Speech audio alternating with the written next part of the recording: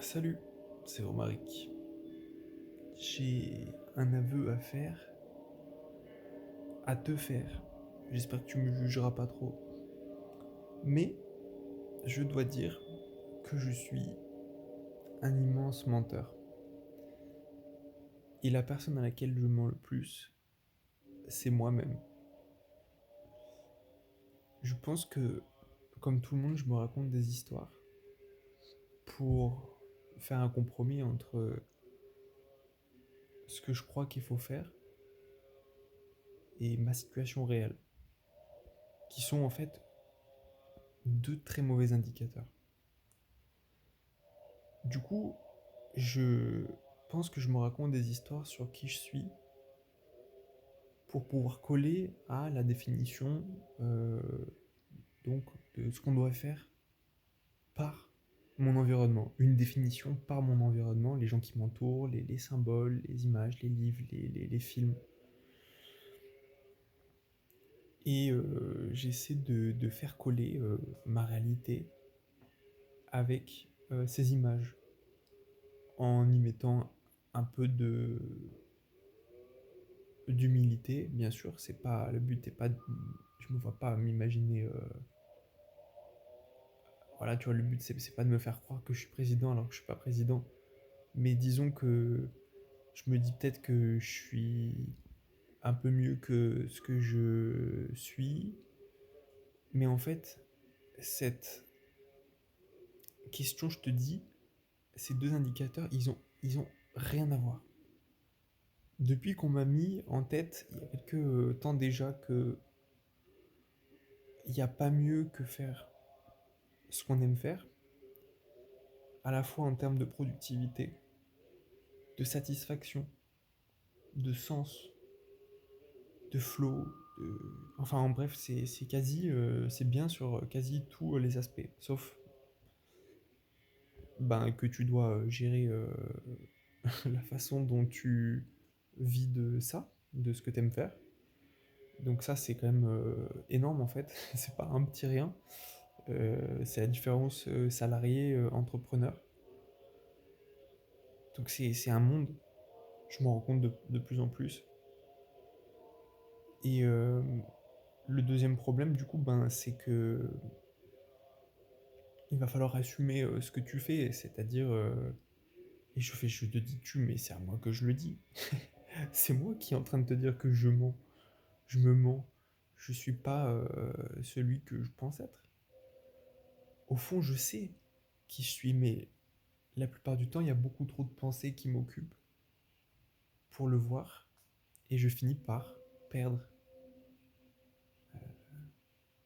l'image réelle, ou plutôt la non-image de moi. Bon, le fond du coup, et à chaque fois que je dis cette idée, je mets mes mains comme ça, parce que c'est critique. C'est critique contre les critiques qu'on peut se faire à soi-même. Si je me mens, si je mens, si je suis un gros menteur, c'est parce que on attend des choses de moi que je suis pas censé faire, qui correspondent pas à ma programmation, aux mécanismes complexes que sont les humains et que je suis, et que sont tous les animaux, que sont toutes les formes de vie. On ne les comprend pas, on ne comprend pas qui on est, mais on peut quand même, à mon avis, bien plus se fier à ce qu'on ressent, c'est-à-dire ce qui t'a été livré par l'évolution, que par peut-être ce que les humains autour de toi racontent eux-mêmes comme mensonges. Parce qu'en fait, voilà, on va tous se monter la tête avec des trucs comme quoi on devrait être ci ou on devrait être ça. Et en fait, on souffre tous de ça. Et ça, c'est vraiment pas bien. Donc, voilà, premier pas, je le dis, je suis un menteur. Je vois aussi, en fait, et du coup, en partant du mécanisme primordial, c'est que si tu dis des choses des gens, en fait, tu le dis à toi-même. Je me disais, putain, mais les gens, ils se donnent des grands airs, ils se racontent des histoires, et ils font ci, ça. Mais en fait, tout ce qu'ils font,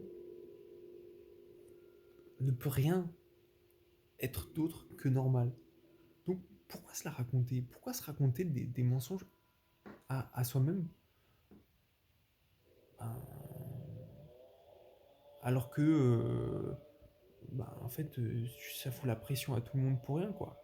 En fait la raison c'est que c'est comme les guerres, c'est comme les rapports de force qu'on établit, c'est en fait on a l'impression de devoir, enfin on a l'impression, on doit défendre notre bout de gras, mais on a des fois l'impression de devoir défendre un bout de gras qui est en fait disproportionné par rapport à ce dont on a besoin, c'est ça le problème. Mais on fait pas confiance à l'autre, du coup on va lui raconter des mensonges, il nous raconte des mensonges. Donc voilà, moi je te dis, déjà je te dis une vérité, c'est que je mens. Je mens, je suis obligé. Je peux pas faire autrement que mentir. Je peux pas dévoiler clairement mon intériorité. Dans le problème à trois corps de Liu Cixin, les créatures qui s'opposent aux humains ont quand même un gros désavantage, c'est qu'elles ne peuvent pas masquer leurs pensées. Du coup, en fait, comme rien ne masque les pensées, c'est pas venu à l'idée de quelqu'un de masquer ses pensées. Mais les humains, eux, par contre, sont plus cloisonnés, résultant en cette capacité à mentir pour défendre ses intérêts individuels.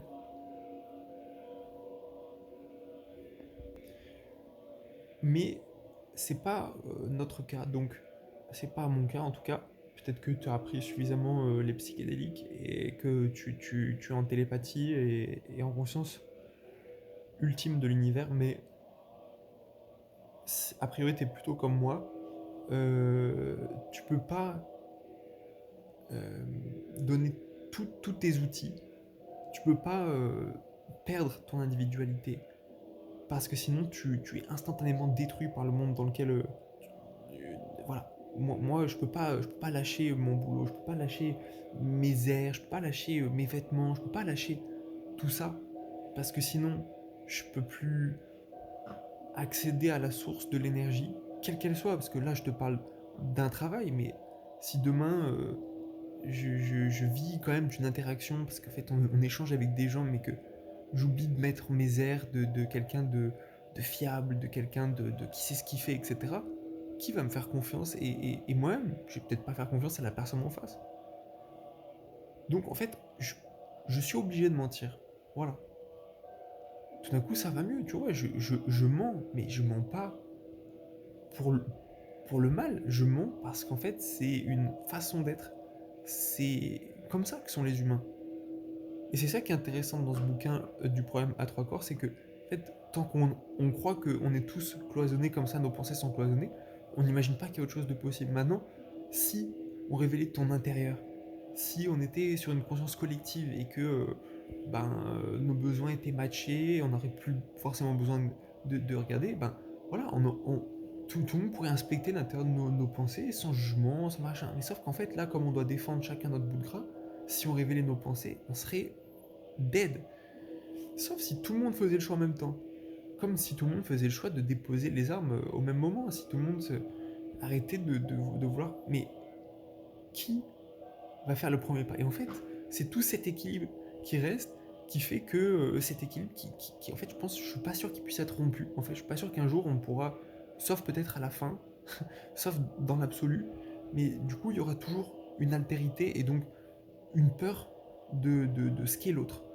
J'en parle dans mon article qui s'appelle Tout un ou toute une sur Leibsbock, mon livre ésotérique, science-fiction, écologie, optimisme. Voilà. Euh, donc, pardon, je coupe ça, mais je reviens au sujet et je vais conclure parce que ça commence à faire. Ça fait 10 minutes. Donc, un, se fier à ce qu'on ressent, c'est en fait ton mécanisme de survie, et donc c'est lui qui te dit plutôt quoi faire, et l'environnement, les gens ne savent pas plus que toi, et en fait ils sont tous en train de mentir, donc en fait on ne sait pas du tout tout est masqué en fait. On n'a qu'une perception partielle. Donc pourquoi s'appuyer dessus alors que, ben, a priori, on a le mécanisme à l'intérieur pour se démerder. Et à partir du moment où on se fait confiance comme ça, je pense qu'on peut petit à petit lâcher des mensonges pour, dans le futur, peut-être effectivement atteindre ce côté où on connaît parfaitement l'autre, il n'y a plus d'autre en fait. On n'a plus besoin de mentir. Mais en attendant, je vois pas comment on peut être 100% honnête. Et si quelqu'un dit qu'il ment pas, ben en fait c'est le plus gros des menteurs. Voilà.